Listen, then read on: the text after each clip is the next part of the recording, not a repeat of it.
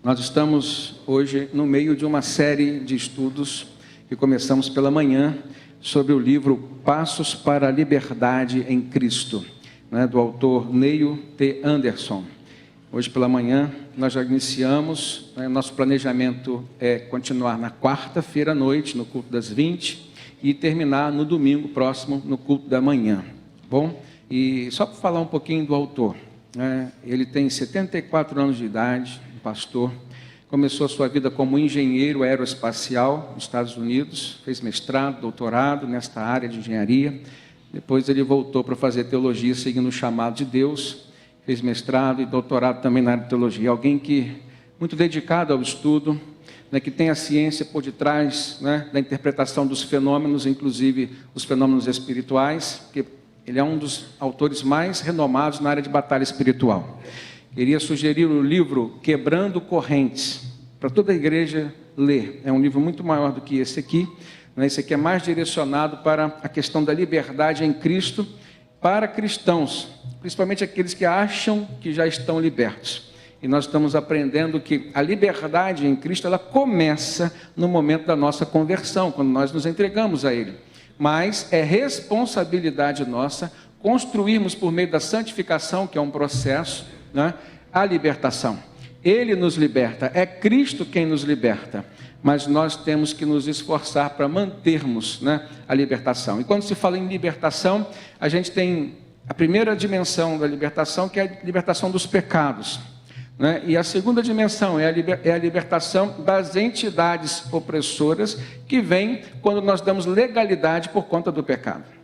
Nenhuma entidade espiritual do mal, ela vai ficar perto de quem só vive o bem.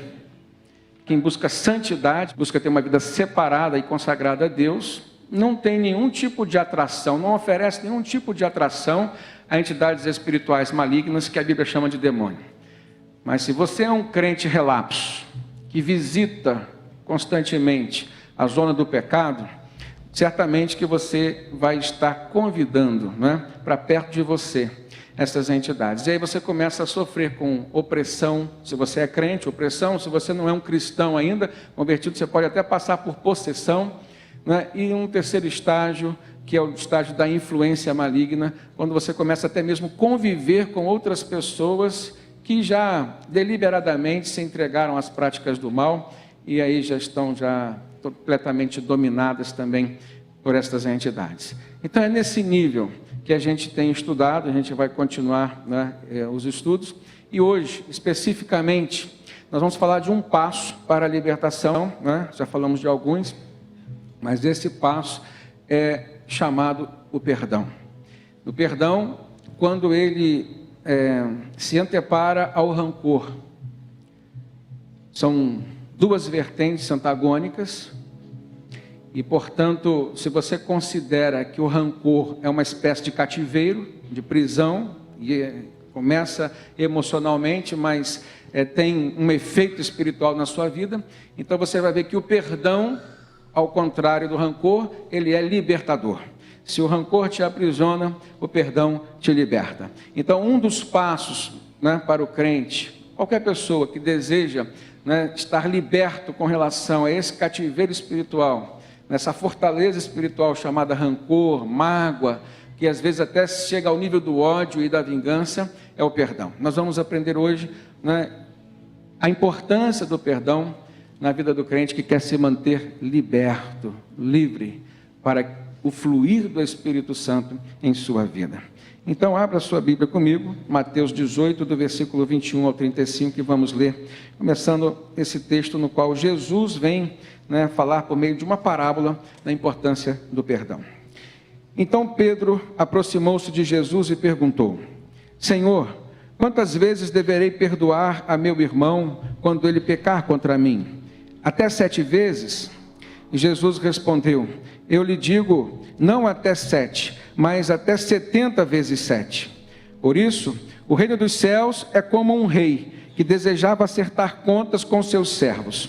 Quando começou o acerto, foi trazido à sua presença um que lhe devia uma enorme quantidade de prata. Em outras versões, traduções dizem que eram 10.000 talentos. Como não tinha condições de pagar, o Senhor ordenou que ele, sua mulher, seus filhos e tudo que ele possuía fossem vendidos para pagar aquela dívida. O servo prostrou-se diante dele e lhe implorou: tem paciência comigo e eu te pagarei tudo. O senhor daquele servo teve compaixão dele, cancelou a dívida e o deixou ir. Mas quando aquele servo saiu, encontrou um dos seus conservos, que lhe devia somente 100 denários, um valor ínfimo. Agarrou e começou a sufocá-lo, dizendo: pague-me o que você me deve. E então o seu conservo caiu de joelhos e implorou-lhe: tenha paciência comigo e eu lhe pagarei. Mas ele não quis, antes saiu e mandou lançá-lo na prisão, até que pagasse a dívida. Quando os outros servos, companheiros dele, viram o que havia acontecido, ficaram muito tristes e foram contar ao seu senhor tudo o que havia acontecido. E então o senhor chamou o servo e disse: servo mau, cancelei toda a sua dívida, porque você me implorou. Você não deveria ter tido misericórdia do seu conservo, como eu tive de você? Irado, o seu senhor entregou-o aos torturadores, até que pagasse tudo o que devia. Assim também lhes fará meu Pai Celestial, disse Jesus, se cada um de vocês não perdoar de coração ao seu irmão. Assim também lhes fará meu Pai Celestial, se cada um de vocês não perdoar de coração o seu irmão. Queridos, como manter a liberdade em Cristo através do perdão? Quando a gente vem meditar, refletir sobre esse tema, eu tenho certeza que ele é um tema muito sensível, né? Toca muito na nossa vida, no nosso emocional, até porque todos nós já passamos por momentos difíceis, momentos nos quais nós sofremos porque alguém nos fez sofrer, porque alguém nos decepcionou, porque alguém nos surpreendeu, né, com uma atitude ruim, com uma palavra negativa, com um gesto que talvez nós nunca imaginávamos que fosse acontecer. E certamente que há muitas pessoas aqui assim. Então, quando a gente vem falar de perdão, a gente vem falar de algo que é uma realidade na nossa vida. Mas falando do perdão na perspectiva da libertação na vida do crente, ou seja, na vida de quem já tem Jesus e que possivelmente já possa estar até pensando: eu já estou livre de tudo, pastor. É algo que nos desafia, primeiramente, a percebermos o quanto Deus nos perdoou, o quanto Deus nos tem perdoado. Então, a atitude perdoadora de Deus, ela vem acontecendo ao longo da nossa vida, até porque nós estamos constantemente pecando, não estamos constantemente no pecado, mas constantemente nós estamos pecando, e a Bíblia fala que todos pecaram e destituídos estão da glória de Deus. O pecado é uma realidade até na vida do crente, e a Bíblia ensina que enquanto nós estivermos neste corpo que é carnal, pecaminoso, nós estaremos suscetíveis a ele. Quando nós nos entregamos a Cristo, o perdão nos alcança, mas tem que haver em nós uma atitude de preservação desse relacionamento que se fortalece, que se sustenta no amor. Primeiramente, no amor de Deus por nós. Em segundo lugar, o amor de Cristo, que obedeceu o plano de Deus para ele, de ir a uma cruz, pagar pelas nossas dívidas, pagar pelas nossas culpas, pagar pelos nossos pecados em nosso lugar. É a dimensão da substituição que o perdão tem, que nós vamos ver aqui. Mas em terceiro lugar, nós precisamos analisar o perdão na dimensão de quem foi perdoado e que também precisa retribuir esse perdão. Como nós não temos do que perdoar Deus, porque Ele não peca, porque Ele não erra, Deus falou que a gente deveria, como lei, como mandamento, perdoar o nosso próximo. Mas eu sei que isso é algo muito difícil. Certamente você pode estar até pensando assim: o senhor está falando isso porque o senhor não sabe do que eu passei. O senhor não sabe do que eu estou enfrentando nesse momento. E falar realmente de perdão é muito fácil, mas você exercer o perdão é algo mais difícil. Existem na Bíblia alguns exemplos, né, de pessoas que tiveram que viver o perdão para que a sua vida pudesse continuar. E quando eu falo a vida continuar, é justamente porque a sua vida estava presa.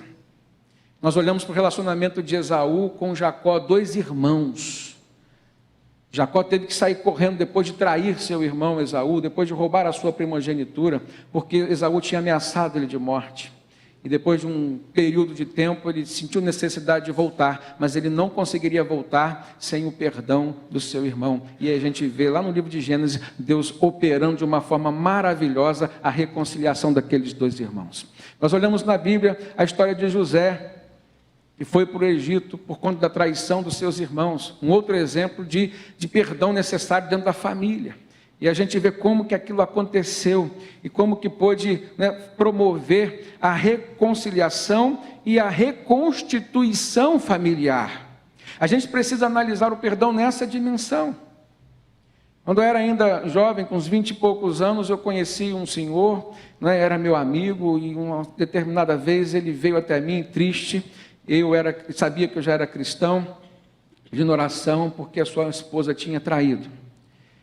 E numa sociedade machista como a nossa, a mulher não pode trair. O marido às vezes trai e a mulher aceita com facilidade.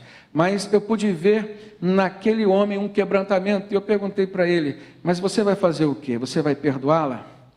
Ele falou assim, eu quero perdoá-la, porque eu não quero perder a minha família. Eu não quero perder a minha mulher. E aquilo para mim foi enriquecedor, ainda jovem. Eu pude perceber que o perdão, ele tem uma outra dimensão que não, a falta do perdão traz, que é a separação, a perda, a cisão. O perdão, ele entra na vida das pessoas como um elemento reparador, reconstituidor. E existem pessoas ainda que conseguem entender essa dimensão do perdão e perceberem que vale mais perdoar e reconquistar aquilo que se perdeu do que manter o orgulho e perder algo que era tão valioso para si. Depois já de muito tempo como pastor, e a gente começa a vivenciar isso muito mais vezes, mas me surpreendeu a atitude de uma mulher cujo marido havia traído, e no aconselhamento ela falou assim, pastor, eu quero perdoar o meu marido, ele já está perdoado, porque eu quero ter de volta a minha família, eu quero ter de volta o meu marido. Então a gente percebe esse poder que só existe através do perdão, o poder da reconciliação, de você poder juntar aquilo que a vida separou, de você poder reconstruir os cacos, às vezes os cacos, como um vaso que às vezes cai de uma mesa e se quebra, mas o perdão tem esse poder de reconstruir tudo e fazer de novo. Por isso que ele é libertador. A gente vê Jesus como um maior dos exemplos de perdão na Bíblia. E como que ele nos ensinou o poder do perdão.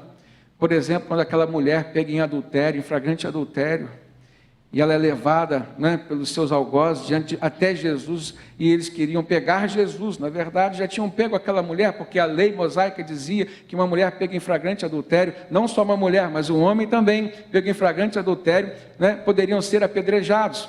Eles esqueceram do homem, amenizaram, mas levaram a mulher.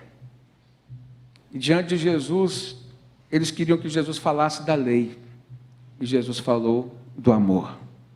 Jesus falou do perdão. E ele perguntou para os algozes, primeiramente, dizendo, quem aqui não tem pecado?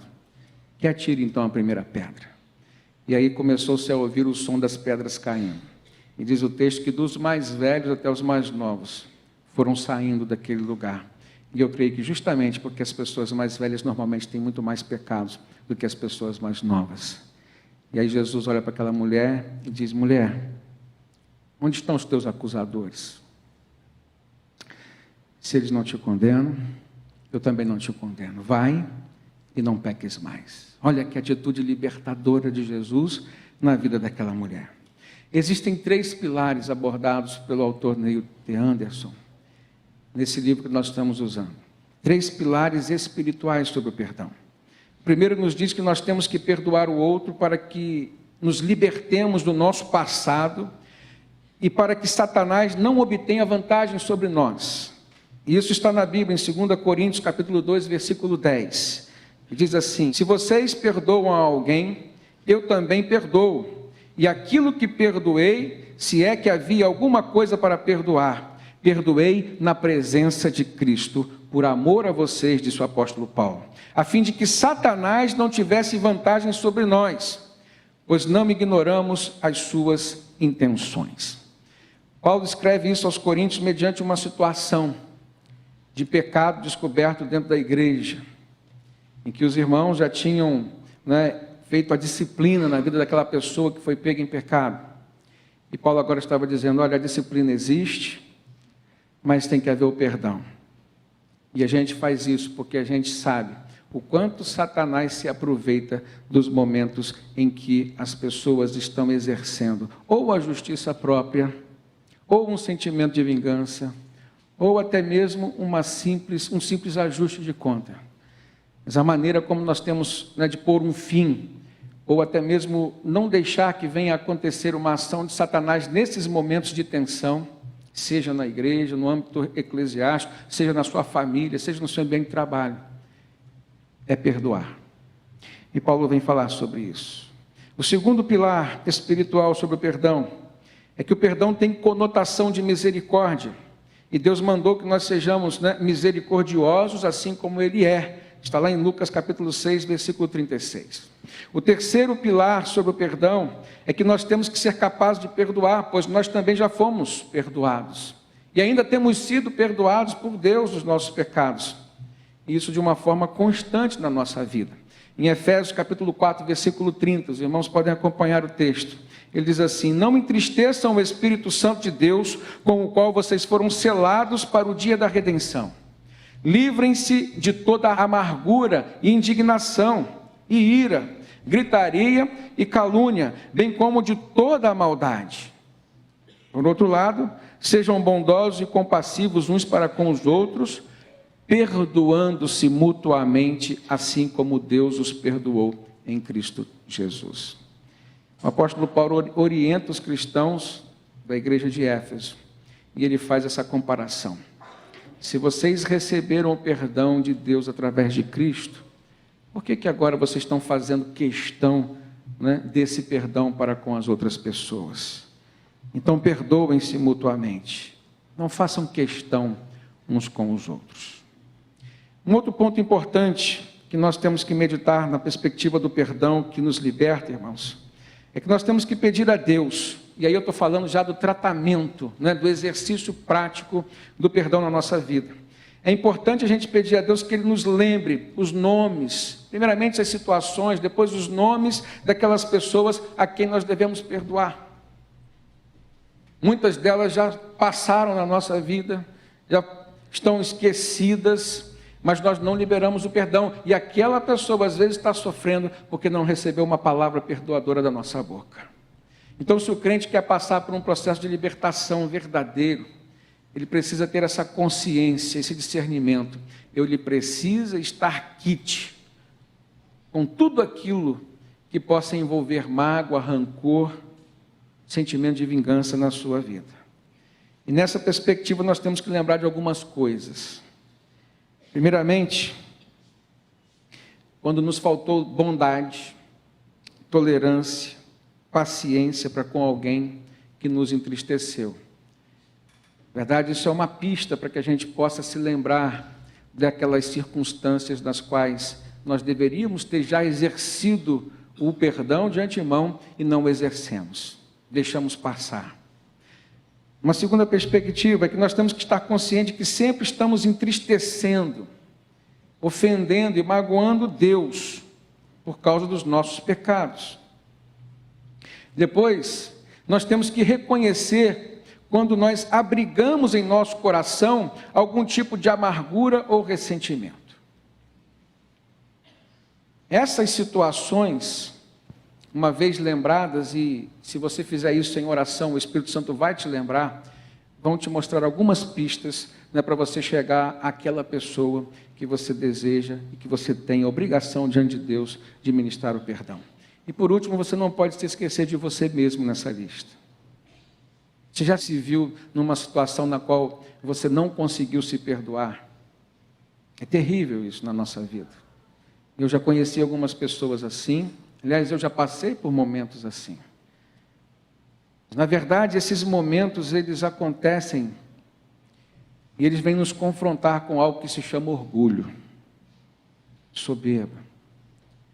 E às vezes você é tão justo, você quer ser tão justo, você se acha tão justo, que você não é capaz de liberar o perdão até mesmo para você. Você é tão rigoroso com as pessoas, então você vai ser tão rigoroso consigo mesmo. E você chega a cometer o pecado de achar que você não é merecedor do perdão de Deus. Indiretamente você está se colocando no lugar de Deus. E só Deus é quem pode nos julgar. Só Deus é quem pode julgar as pessoas.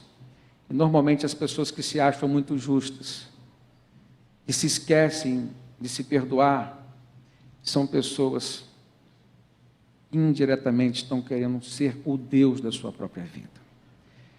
Terceiro lugar, irmãos, nós vemos um princípio fundamental que sustenta a lei do perdão, que é o princípio da recuperação e da conquista daquilo que se perdeu. E eu citei o caso dos casais, do marido e depois da esposa, que quiseram exercer o perdão sobre o seu cônjuge na perspectiva de promover a restauração daquilo que se havia perdido.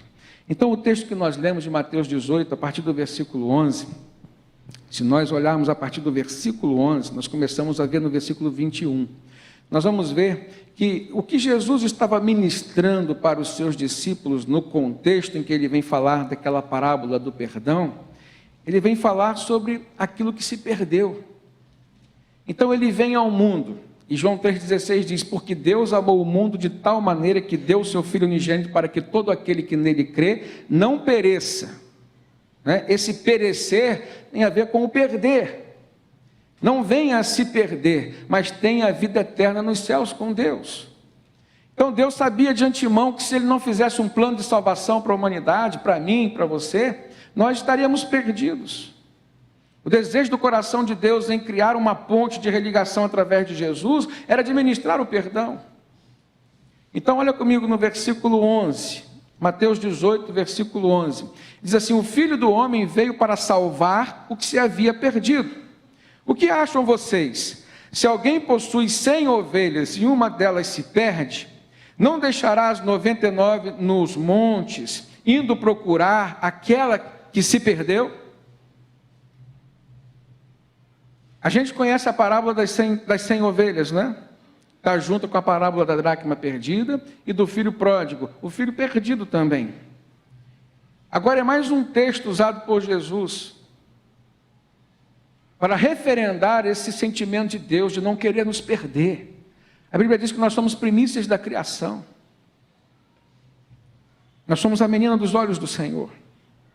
Então no versículo 13 ele diz, e se ele conseguir encontrar aquela ovelha, garanto-lhes que ele ficará mais contente com aquela ovelha do que com as 99 que não se perderam.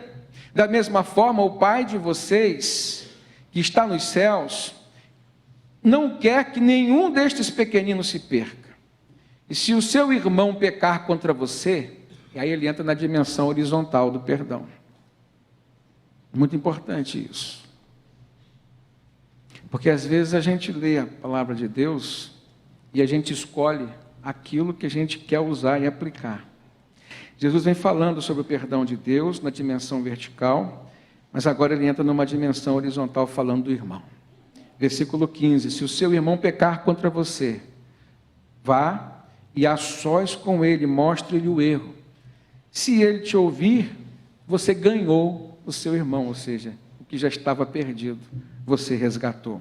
Mas se ele não te ouvir, leve consigo mais um ou dois outros como testemunha, de modo que qualquer acusação seja confirmada pelo depoimento de 2 ou 3 testemunhas. Se ele se recusar a ouvi-los, conte à igreja.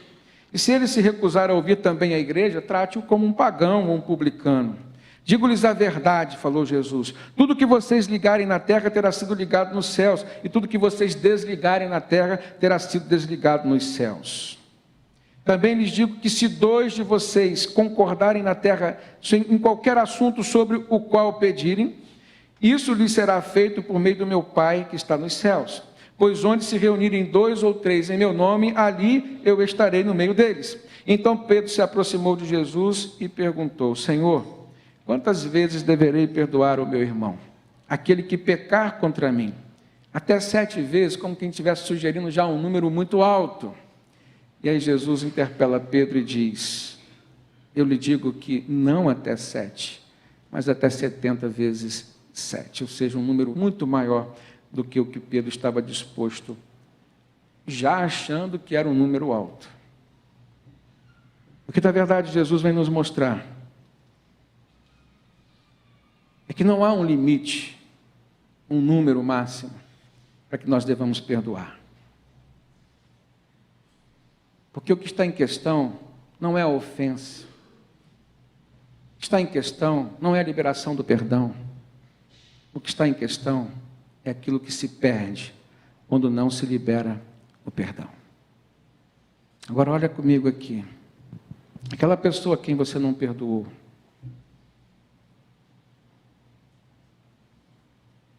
Por que você não perdoou?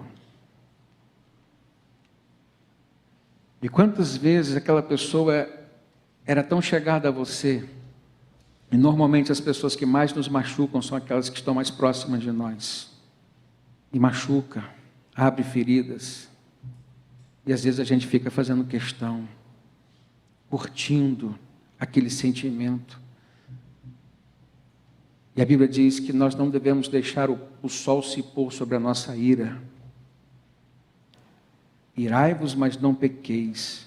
Não deixe o sol se pôr sobre a vossa ira, ou seja, não deixe perpetuar a sua ira, porque ela vai se transformar em mágoa, em rancor, em ódio. E aí é você mesmo que está construindo um cativeiro ao redor de você, para te fazer prisioneiro dele. E enquanto você não liberar perdão, esse cativeiro só vai crescendo cada vez mais. A gente precisa olhar o poder restaurador do perdão.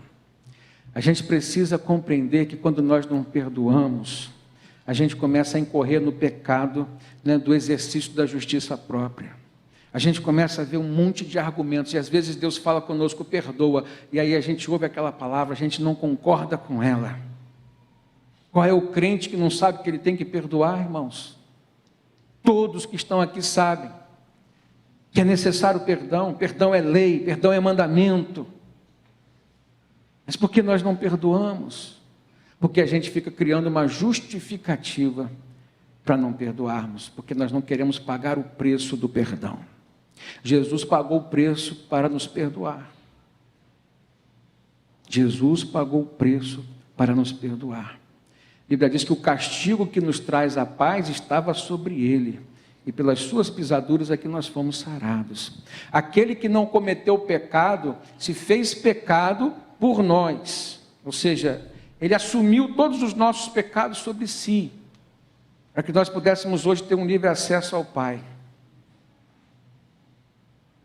E por que a gente faz tanta questão do perdão assim?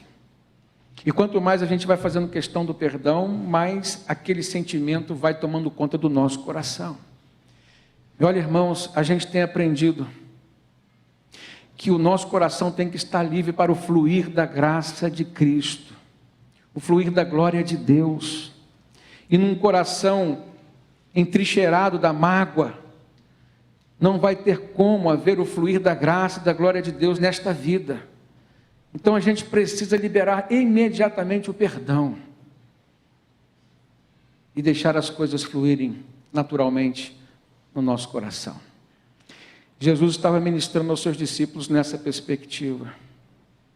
Em se tratando de judeu, o perdão era algo muito difícil de ser exercido por eles. Em se tratando daqueles povos orientais, até os dias de hoje, o perdão é algo muito difícil. Então Jesus ilustra a partir desse momento, ele fala a teoria, ele ilustra através de uma parábola, e aí entra no texto que nós lemos, ele vem contar a parábola do servo impiedoso, a partir do versículo 23, ele começa a dizer que um certo homem devia ao seu senhor 10.000 talentos. Talento era uma medida equivalente a 35 quilos, eram 10.000 talentos de prata. 350.000 quilos de prata era a dívida daquele homem para com o seu senhor. E naquele tempo a lei permitia que se prendesse os filhos, a esposa e resgatasse tudo que ele tinha em pagamento da dívida. E foi isso que aquele seu senhor queria fazer. Mas aquele homem implorou por misericórdia. O seu senhor então perdoou, cancelou a sua dívida. Preste atenção nesse detalhe. Mas imediatamente após ter sido perdoado de uma dívida que era impagável, aquele homem se depara com um dos seus mutuários, alguém que lhe devia. E devia simplesmente 100 denários, era 100 diária de um trabalhador, algo que poderia ser pago, com 3 meses e meio aproximadamente de serviço. E ele então começa a sufocar cobrando aquela dívida, e as pessoas que presenciaram o perdão da dívida muito maior que aquele homem havia recebido do seu senhor, se indignaram, foram para o senhor e contaram: olha, o que você fez por ele não era digno de receber. Ele está lá cobrando e sufocando, e colocou na prisão aquele homem que lhe devia somente 100 denários. Então o senhor daquele homem o chamou, e conversou com ele, de uma forma diferente. E quem entende essa parábola sabe que esse senhor representa a pessoa de Deus. E o que a parábola nos mostra, é que aquele senhor ficou irado com a atitude daquele servo ingrato. E não compartilhou do perdão que havia recebido, mesmo sendo requerido numa dimensão muito menor, eram somente 100 denários. Ele ficou irado, entregou aos torturadores até que ele pagasse tudo o que devia. E Jesus concluiu a lição daquela parábola dizendo: assim também lhes fará o meu Pai Celestial, se cada um de vocês não perdoar de coração o seu irmão. Interessante que Jesus não usa simplesmente a palavra perdão, se cada um de vocês perdoar o seu irmão. Ele quis dar uma ênfase a esta palavra, qualificando-a dizendo: perdoar de coração. Por que não simplesmente perdoar, mas perdoar de coração? Porque muitas vezes, irmãos, nós liberamos um perdão muito raso, muito frívolo, sem nenhuma força, simplesmente um perdão de palavras. Até queremos esquecer, ou damos por esquecido. Mas preste atenção, que a palavra de Deus nos ensina que perdoar não é esquecer, não é simplesmente esquecer. Apesar de que a Bíblia diz que Deus nos perdoa e esquece, mas o esquecimento de Deus é no sentido de não trazer mais à tona a cobrança daquela dívida, porque a palavra de Deus diz que Jesus riscou a cédula de dívida que havia sido escrita contra nós, e nota promissória rabiscada, rasurada ou rasgada não pode ser cobrada. Isso é uma verdade. Mas às vezes nós dizemos: deixa isso para lá, mas sempre lembramos, ou fazemos o outro lembrar, porque é um castigo que aquela pessoa não merece, e a gente se vê na condição de quem está sendo o castigador, o doutrinador do outro. E a gente muitas vezes pensa assim: eu não vou dizer para ele que eu perdoei, ele está perdoado. E sempre que aquela pessoa encontra com ele, aquela pessoa baixa a cabeça, porque sabe da sua dívida, da sua ofensa, sabe do errado que cometeu, estava esperançosa por ouvir uma palavra de perdão, e aquela pessoa se mantém ali, num patamar de superioridade, quando na perspectiva divina, a pessoa que está negando o perdão, é que está de uma posição inferior. Muitas vezes, irmãos, nós, mesmo conhecendo tanto de Deus, negamos esse mandamento do Senhor. O perdão de coração é aquele perdão que não espera ter vontade de perdoar. É aquele perdão que vem no sentido de limpar o ambiente do coração e deixá-lo livre para o fluir de um novo relacionamento, na perspectiva horizontal e na perspectiva vertical. Em Hebreus capítulo 10, versículo 16, a palavra do Senhor nos diz: esta é a aliança que farei com eles. Depois daqueles dias, diz o Senhor, porei as minhas leis em seus corações e as escreverei em suas mentes. E ele ainda acrescenta: dos seus pecados e iniquidades eu não me lembrarei mais. E onde estas coisas forem perdoadas, não há mais necessidade de sacrifício pelo pecado. O esquecimento é o apagamento da dívida e deve ser uma consequência do verdadeiro perdão. Consequência de uma aliança que nasceu no coração de Deus, que veio até nós por meio de Jesus, mas que precisa ser replicada por nós no relacionamento com os nossos irmãos. No ano de 1997, eu participei de um congresso de louvor lá em Petrópolis, eu e Alessandro. E lá eu conheci um louvor do Benedito Carlos, que falava dessa aliança que nós devemos ter com o nosso irmão. Muitas vezes nós estamos apegados à aliança nossa com Deus, com Cristo. Mas, queridos, a aliança que nós temos com Deus através de Jesus foi a aliança que nos fez filhos do mesmo Pai. E se somos filhos do mesmo Pai, esta aliança nos fez irmãos. E aquele cântico dizia: aliança no Senhor eu tenho com você, não existem mais barreiras em meu ser. Eu sou livre para te amar e para te aceitar e para te pedir: perdoa-me, irmão. Eu sou um com você no amor do nosso Pai. Somos um no amor de Jesus.